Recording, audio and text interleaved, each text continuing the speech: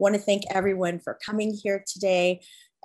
This partnership with Front and Centered is it's just a good partnership, and I'm looking forward to the panel.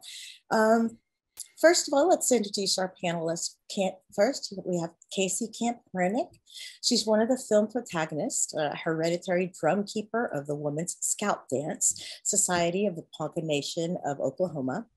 Because of Casey's work, the Ponca Nation is the first tribe in the state of Oklahoma to adopt the Rights of Nature statute and to pass a moratorium on fracking on tribal lands.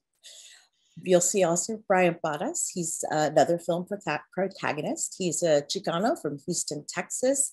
He's a lifelong organizer, media maker, eco-warrior, and cultural accelerator from Houston's East End barrios.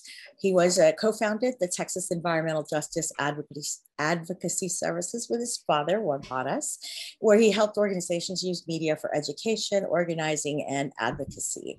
He is working with Sierra Club now, a healthy community, and has been focused on building a just recovery framework after Hurricane Harvey struck Houston in 2017.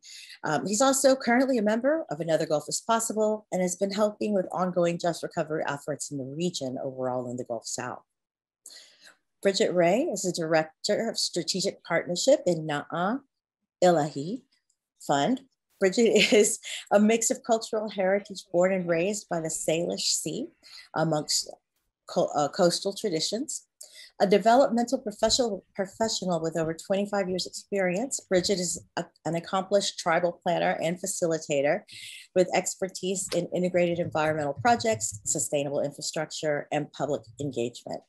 She currently serves on the policy committee for Front and Centered, the Washington Environmental Justice Task Force, and the planning team for the City of Seattle Office of Planning and Economic Development Indigenous Seattle Project.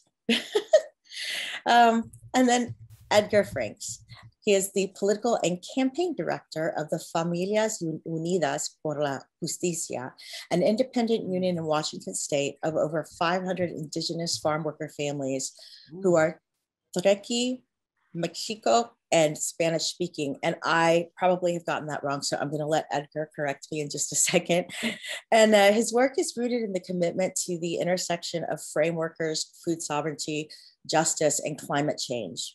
The Familias Unidas Union was awarded the 2018 Leadership Award by the James Beard Foundation, among other accolades, for the local and international work that they have done for farm worker families. And again, I am Leanna Lopez. I'll be moderating tonight's panel. I'm very glad that everyone could meet with us. Now, I want to go ahead and introduce Casey. Thank you, Casey, for joining us. I want to give you a chance to talk about the rights of nature for the Indigenous women have started, or another project of your choice, and maybe what you're looking forward to working on in the near future. Thank you. And thank you to everyone who's here this evening who participated in looking at that film. It feels more like an experience of being one for me, knowing everyone and being there for parts of it. But also just the storyline, every time I see it again, it reminds me of all the good people and places that are continuing to do the frontline work. And it seems as if everyone has only gotten stronger and more focused. And Bridget, it's really good to meet you virtually. I'll look forward to a real time. And Edgar, thank you both for the work that you're doing. You know, it's a powerful get together when we keep coming together on the webs. I do wish it was a little bit earlier, because I was afraid to drink coffee too late, you know, but at the same time, I'm thinking, you know, maybe I shouldn't have had that little bowl of yogurt and fruit, because now I'm ready to snooze a bit. So I'm looking forward to a few questions and a little bit of interaction as well to kind of stimulate this. No, I was all day when, Liana asked me to say a word of prayer, I think this day has been a prayer, as all days should be, to wake up in the morning when the sun comes up and to say that thank you, that another day has come and we're still here. We're still participating, and we have a safety and well-being, a roof, we have food, we have loved ones around us, and the sun has given us this day. And then watching the things on the news of people being happy over Earth Day and making recognitions about her and acting as if this is it. This is the day we do that. Easter happened then, and the other Hallmark days happened that time, and this day we celebrate our mother. And it felt pretty false to me. I was having I've had a day like that. Even watching the news about the racial reckonings that people feel as if they're coming to because there was an iota of what they call justice for George Floyd's family and a girl killed.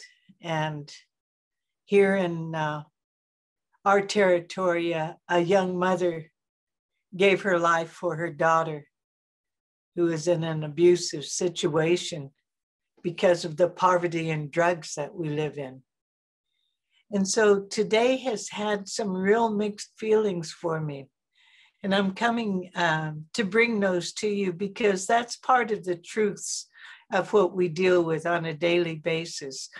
Edgar, I don't know where you're from, but I was a farm worker when I was a teenager and a young girl in the San Joaquin Valley in north of Porterville, because our family was part of the Relocation Act in the 1950s. And they dump you into cities trying to strip your culture and strip your ways from you. They put you in a city and it only is enough to last a month. And what do you do after that month? You look for a way to support your family. And in many ways, it was a powerful time for us because we lived in a labor camp out there in Woodville, California. And it was a community of brown people. And in that way, we found ourselves again. We were over and over again throughout this life, the condor and the eagle have met in our lives. That was the first time when I was very, very young.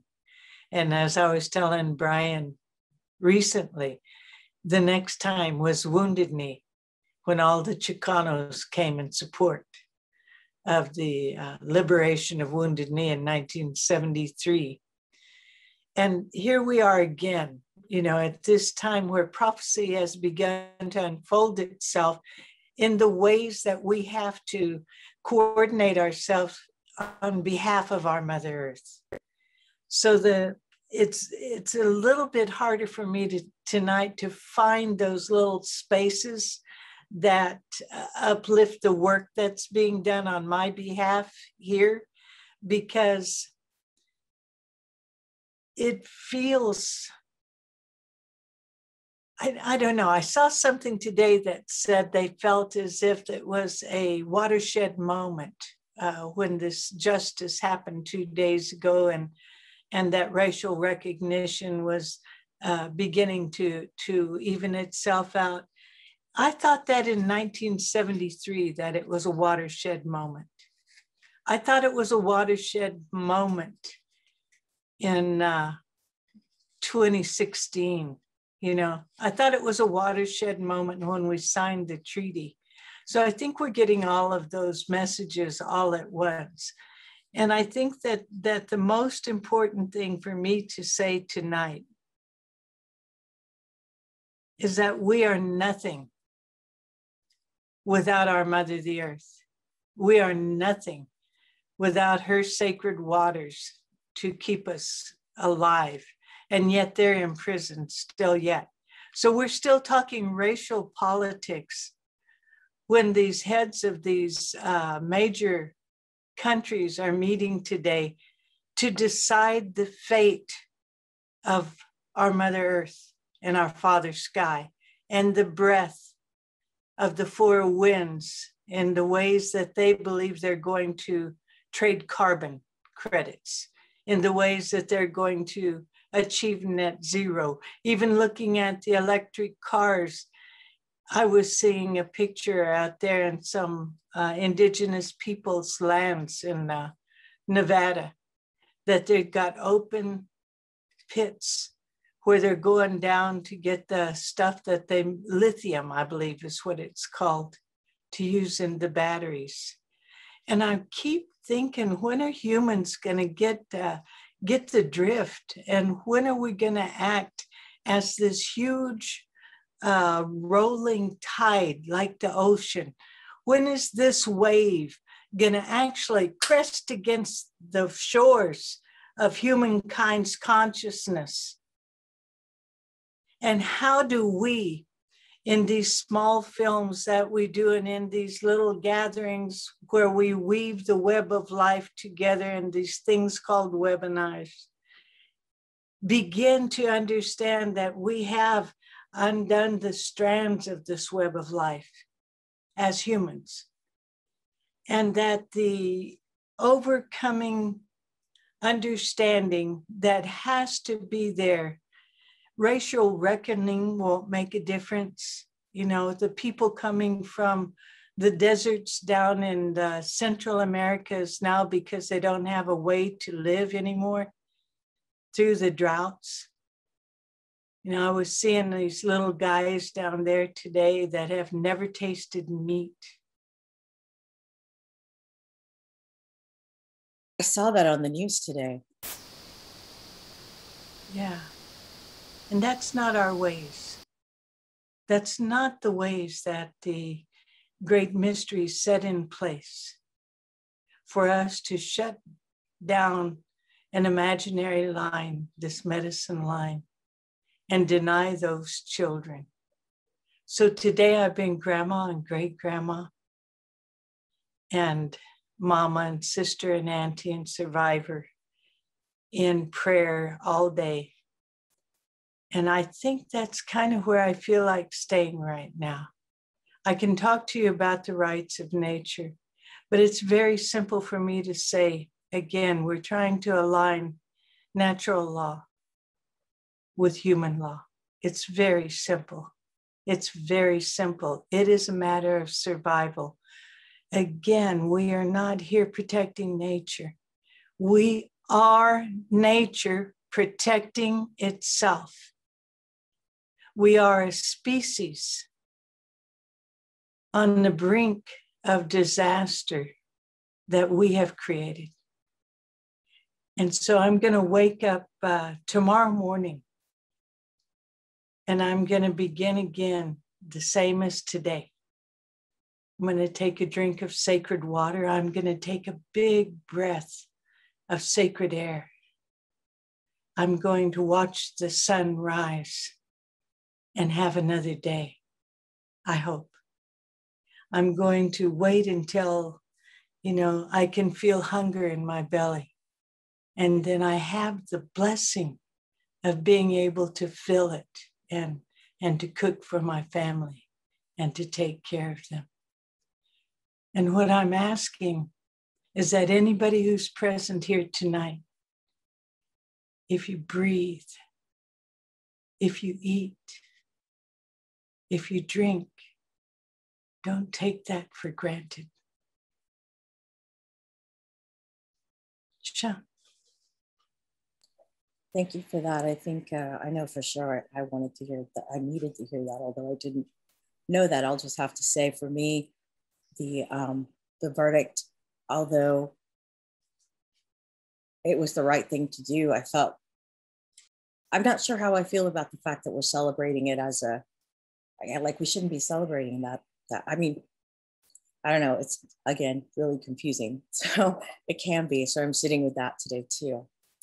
Um, Brian, thank you for joining us. You want to tell us a little bit about how your Earth Day has been, and if there's anything that that you think community activists, advocates, or environmental justice groups can do to effectively stand up to the enormity of the industry, the funding, the political influence, and how does that tie in with your Earth Day? Yeah, no, thank you, and thank you, Casey, for setting the tone.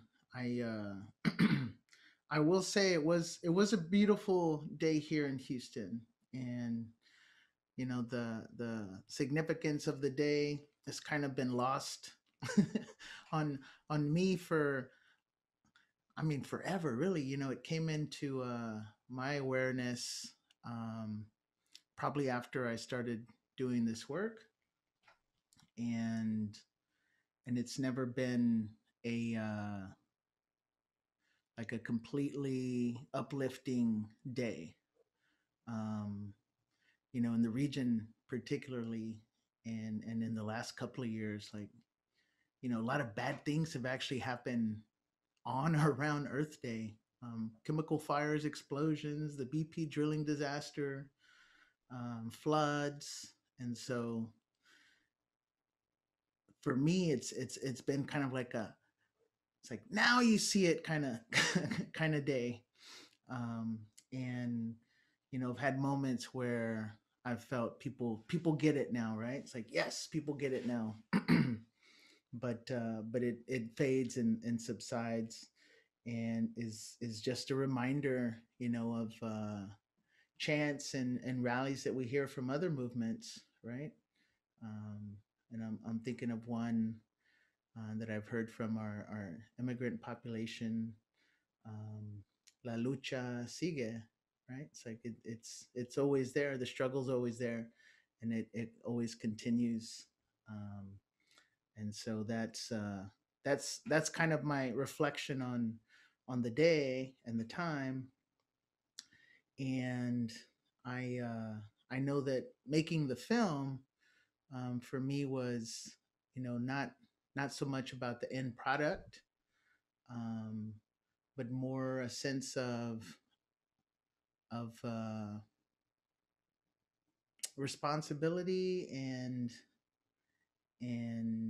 wanting to know more about, what's happening down south, because we've had visits from Patricia, specifically, but from other populations, other indigenous communities, because of, the companies that exist in the city of Houston. And it became apparent that it was not enough to just focus my work on the city and its impact on the communities around the facilities, that I grew up with, but to see that these companies and these industries are global industries, and to try to understand, how to engage in that struggle effectively. And uh, and so that's kind of where I've been ever since. And it is exhausting, and we still have all of these other forces, that are part of that regime, that include, the criminalization of our communities, um, and our people, and our relatives. And that's another constant, right? So balancing all of these things, for me, has been, a difficult challenge. And I know that, wherever you are, and depending on your, identity, um, there are multiple forces that are, that you're struggling with throughout your life. and uh, and those are important to recognize.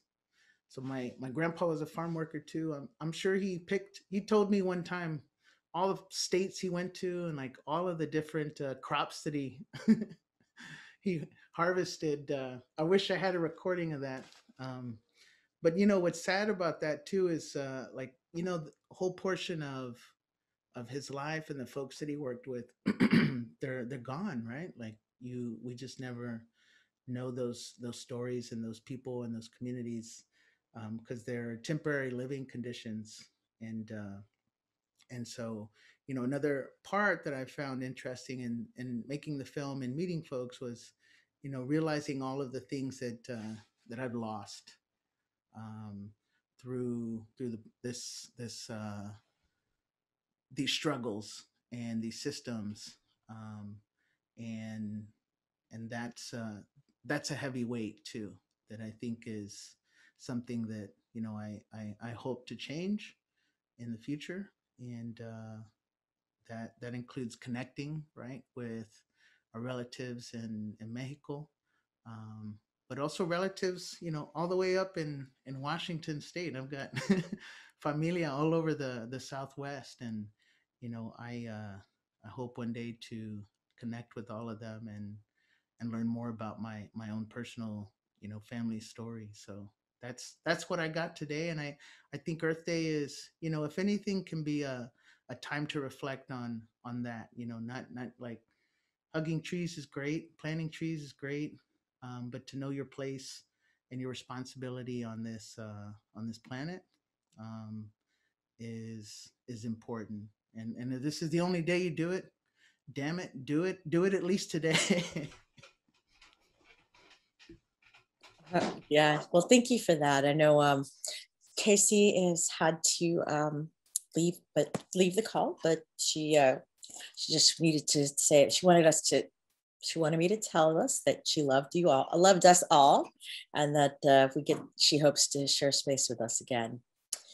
And then I wanted to talk to Bridget. Can you tell me a little bit about, let's see, sorry about that.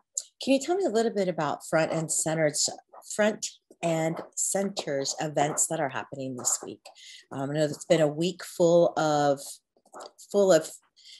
there's been a week full of films and featured conversation stories about racial justice, food justice.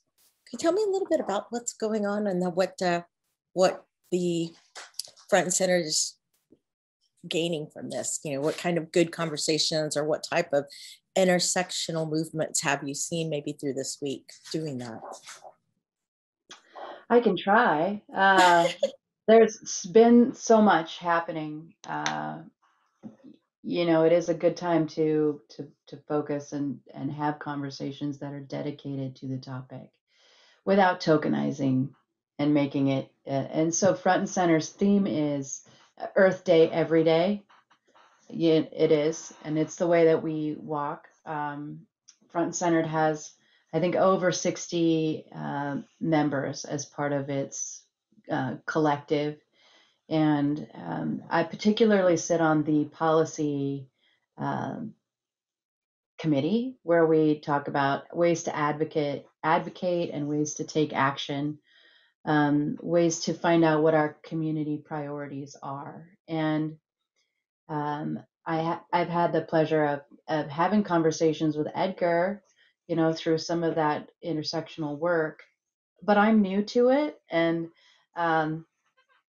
what I am good at is talking to people and hearing their story and finding out where we have commonalities and where we're different and celebrating that.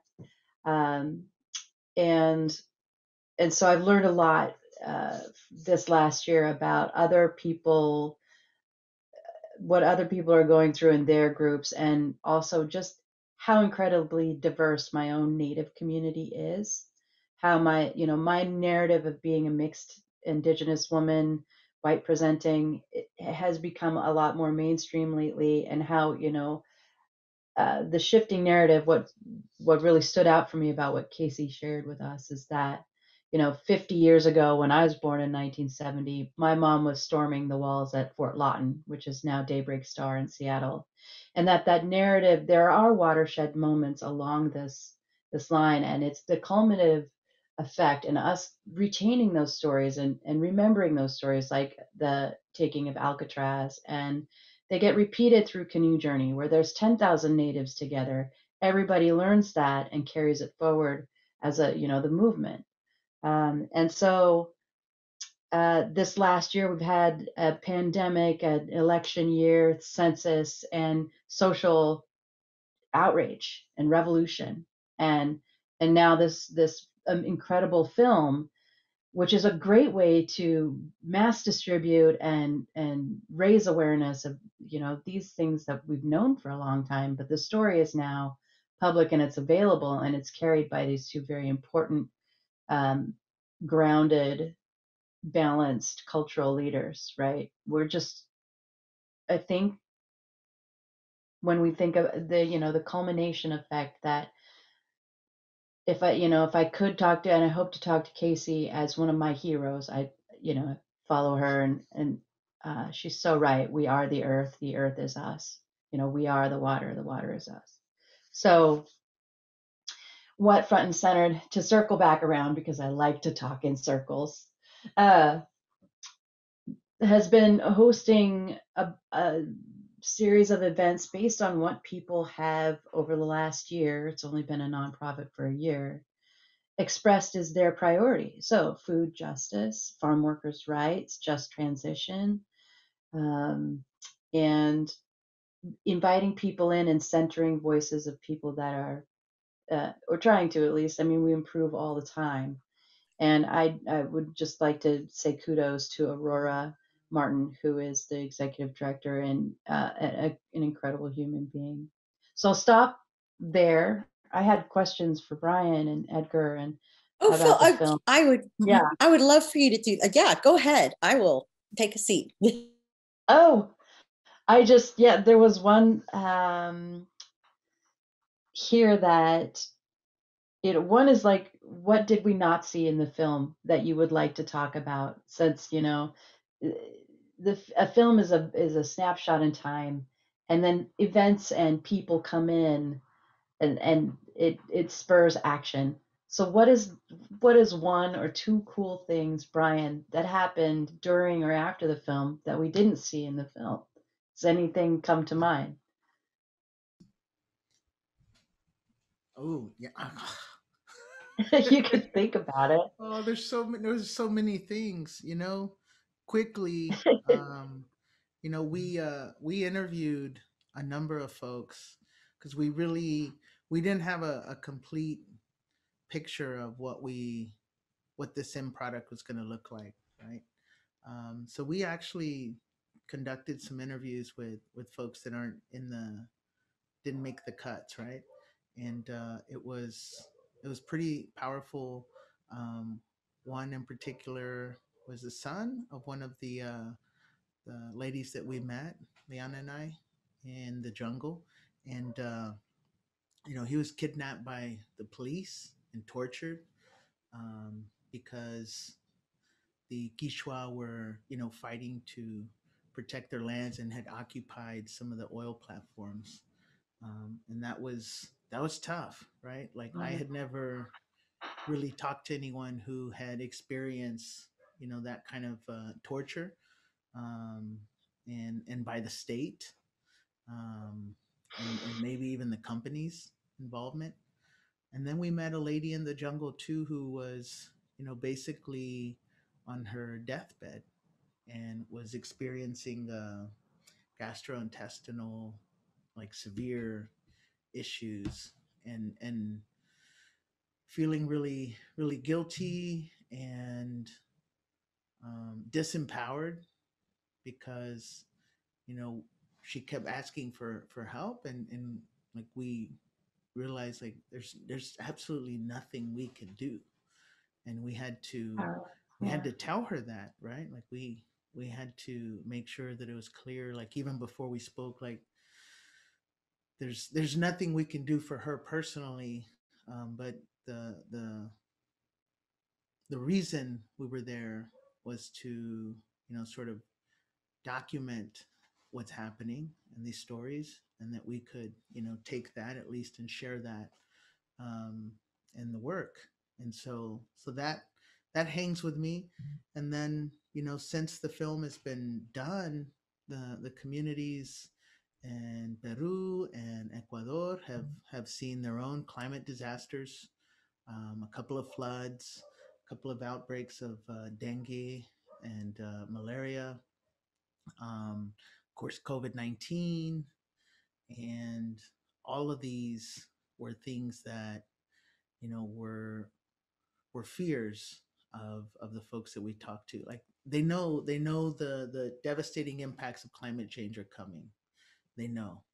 And so to see it happen so quickly um, is is eye opening. Like, it's a personal watershed moment, and I feel like we have been through several of those here in Houston area, and I know y'all have too. In the last couple of years with the fires. So those are just some things, and it's disempowering because I don't know what to do now. Like, what what can I possibly do as an individual to remedy these or feel like I'm a significant contributor to change? And that's the hardest part, right? Knowing that generations of folks have been working on this, since day one. So that those are all things that sit with me, and I'm sure sit with other folks in the film. We just got to keep going. Got to keep going. La lucha sigue, you know. And time isn't linear in our world either, right? It's like a circle, circle. So it's not a new idea, but it's. I'm really excited when young folks come on board, and I feel like there's some new energy and fresh ideas coming to the space. So I hope this film can sort of be a springboard for other folks to sort of take what they learn and make their own journey.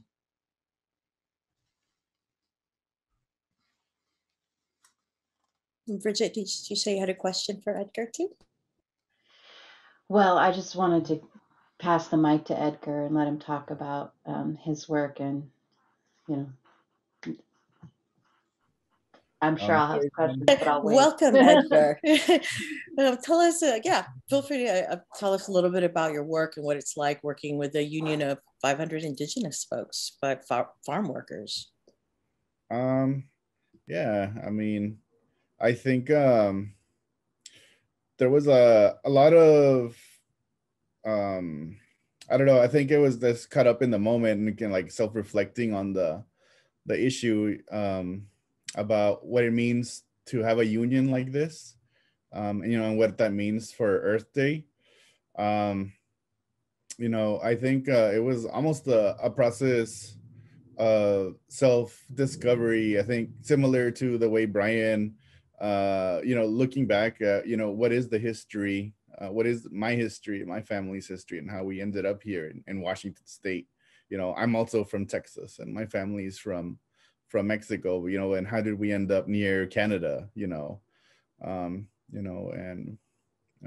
so that was, I think, one of the more kind of impactful things. I mean, at least for me, in a personal level, because seeing Indigenous people, seeing the traditions, their culture, still preserving, fighting to preserve their language, their way of life somewhere far, far, thousands of miles away from where they're from, and bringing that fight that they know here into the context of labor was really eye-opening. I think because of the whole history that my family has gone through, and growing up here, you kind of don't our family lost all their connections to their Indigenous roots.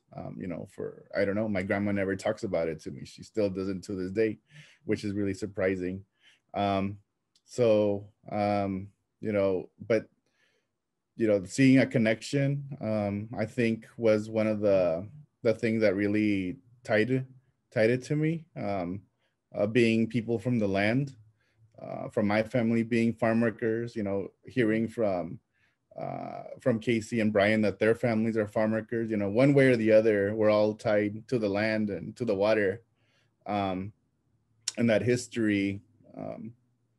What are we going to do to, uphold the people that came before us and had to, shed, like spend part of their life, in the fields, and I think that was one of the reasons that I think that I really wanted to get really involved in an organization that was building power for people that have been marginalized and forgotten about, not only because they're immigrants and poor, because they're also indigenous people.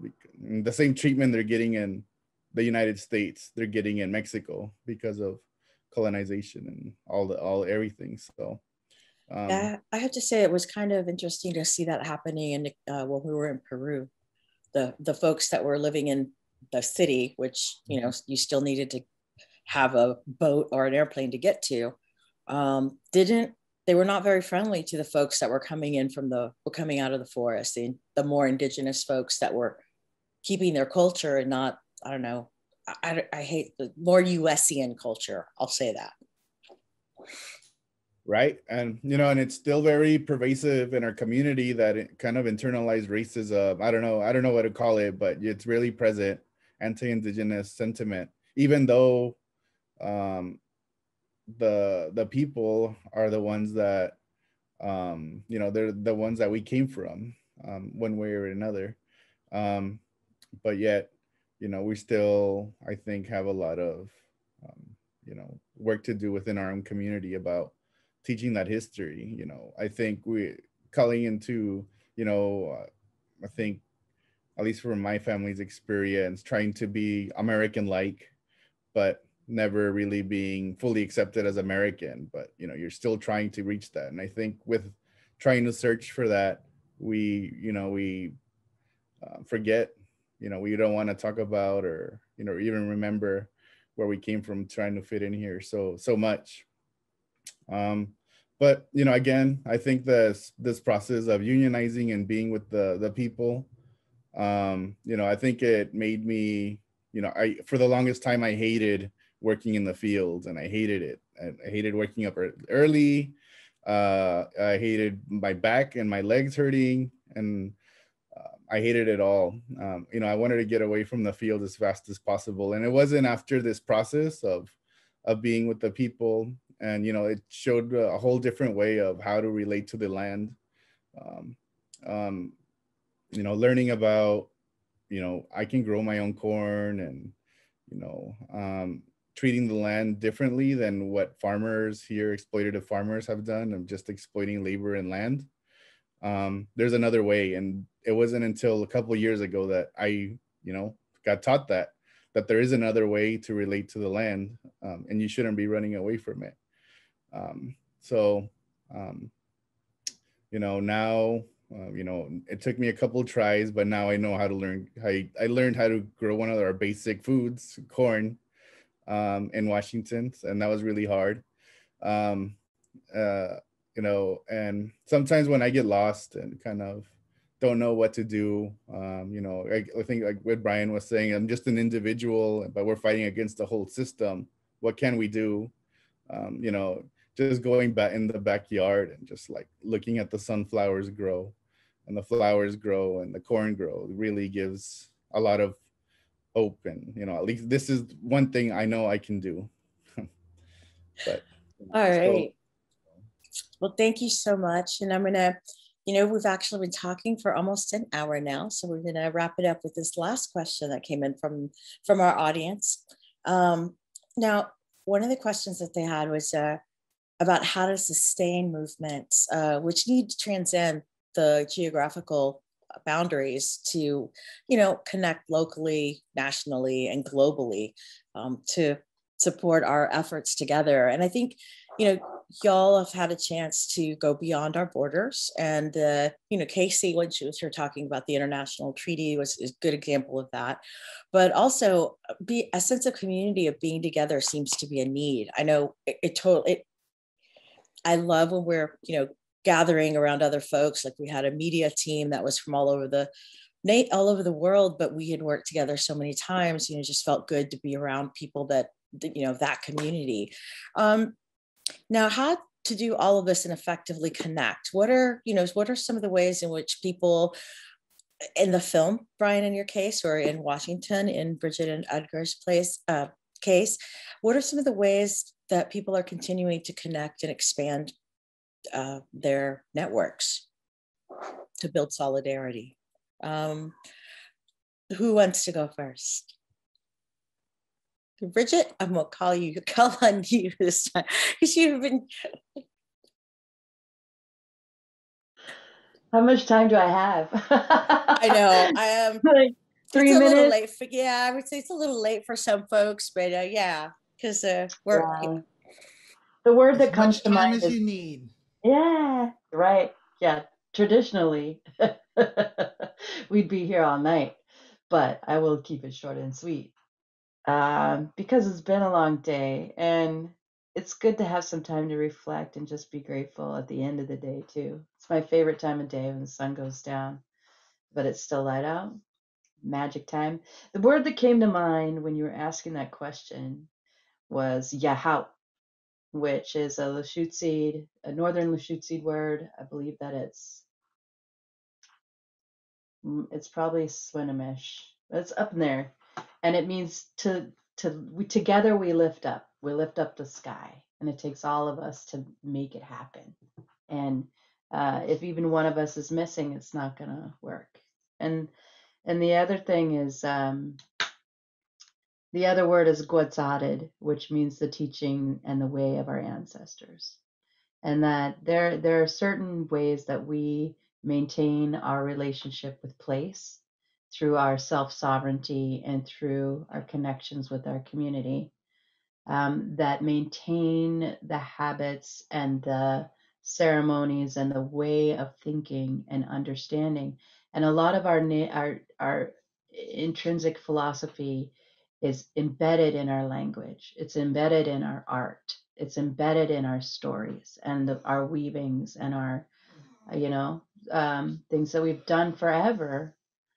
And yet we're incredibly innovative and smart about new ways to do things. And I think rather than waiting for other people to lead the way or giving into the power of industry and politics and when we share our power, when we learn and improve on how to share power together, make mistakes and have those difficult conversations. I think we're at a place now where we can do those things that we weren't able to do before, that is really gonna lift us over. It might be heavy lifting, but I think we're there.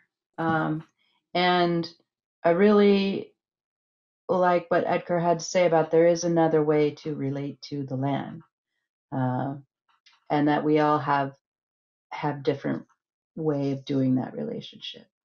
That they're but for me it's placekeeping, and I jokingly call it human ecological services. We as humans need to provide ecological services to the planet, and that could be green jobs, it could be recycling, it could be gardening, it could be composting and amending soil, it could be cleaning the water. There's just all kinds of ways that we can work on it. There's a role for everyone, that's for sure. Right. There's enough work.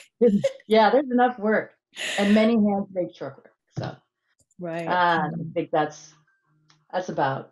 I understand. We could talk a lot about that. I definitely get it. So, Edgar, what are some of the ways in which the folks that you work with are connecting and expanding their connections to help with their social justice issues, or the things that come up in your world? A lot of it is because of the help that we got to get established into the position we're in. There was a lot of solidarity from a lot of communities that had nothing to do, at least in our eyes, with farm workers, whether it be, like queer community, like arts community, these people that we never thought would come out and support farm workers. But yet they drove from everywhere and came out to the middle of nowhere in in northern Northwest Washington, and showed solidarity, because I think they knew that somehow our struggles were connected somehow, fighting against a bad system and a bad world that was keeping keeping all communities down. So I think the best way that we can do is just to show up when we're asked to show up, whether it be protesting for racial justice, picket lines, strikes if workers go on strikes, um, all the ways, that we can, we don't have much resources and money or anything like that, but I think showing up when somebody is in need is one of the most basic ways that I think that we show that we're in solidarity, despite language and race and all that. I think, in trying to be respectful at the same time, not impose, but be of service. I think more than anything else. And I think having those kind of, having that in mind, I think is really one of the things that we try to really uphold, being respectful in the way that we show up for people, and do what's asked of us. Thank you. Yeah, I definitely see a lot of good work out of those things. And finally, Brian, what are the ways that you think the people in the film, the folks in the film, that we're connecting still, and expanding our networks just from the folks in the film that we actually met for the first time? Ooh, that's that's been hard. That's been hard. It takes resources to stay connected with folks that are so far away. Um, but I know that we've been able to help in different times during the disasters that I mentioned. So I know that we've stayed connected in that way.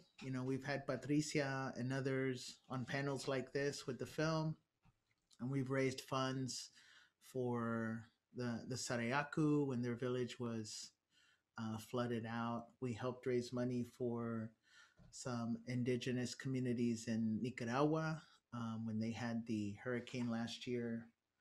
And these are ways that we can help, and they might not feel impactful, right, to us at the time, but I know I've been on the receiving end of funds from people all over the country, and they are very impactful, and they can be the difference, between people giving up, losing hope, or even losing their lives, because they don't have basic things. And that's, I think, a lesson, as Edgar said, do what you can. It's not it's not a complicated thing, really. Be a good person and help in the community that you live in. And I'll end with one little short story that I wanted to share with Casey, but she had to leave. I was thinking of the first, like, eagle and condor moment that I had, and it's not as, like, big, but I was 7 or 8, and I was with my family in New Mexico in a little town called Rio Doso, and we were skiing. It was the first time I went skiing, and it was the first time, like, I remember seeing, an Indian, and he was the ski lift operator, big guy. I was 7 or 8 and probably like 4 feet, so everyone was big, but he looked really big. And I kind of just froze. One, because the ski lifts were these skinny little things with two little bars that you're supposed to sit on, and I was kind of like trying to figure out how that worked. But also, I think, like, just seeing, you know, someone that I'd never seen before, right? Someone who, like, fit the profile of what, like, a Indian's supposed to look like, I guess. Um, and he I was with my brother, and he looked at us both, and he said, "Hey, vámonos together or don't vámonos at all." Because my brother had already like started to go over to the seat, and I was just stuck there frozen. And so I went over there and jumped on the seat, and off we went. But it became like a really poignant phrase, right? It's like we go together or we don't go at all. And that's going to be, that's what Casey was saying. We are all part of this world. If one of us doesn't make it, we're all not going to make it. So it's just, that's a good note to end on. I like that. Well, I want to thank everyone for joining us tonight. I want to thank you for taking the time to join us in the panel, and I hope you've enjoyed every moment of the night as much as I have. You have a good night. Very nice to meet you, and we'll see each other again. Yeah. Be good. Good night.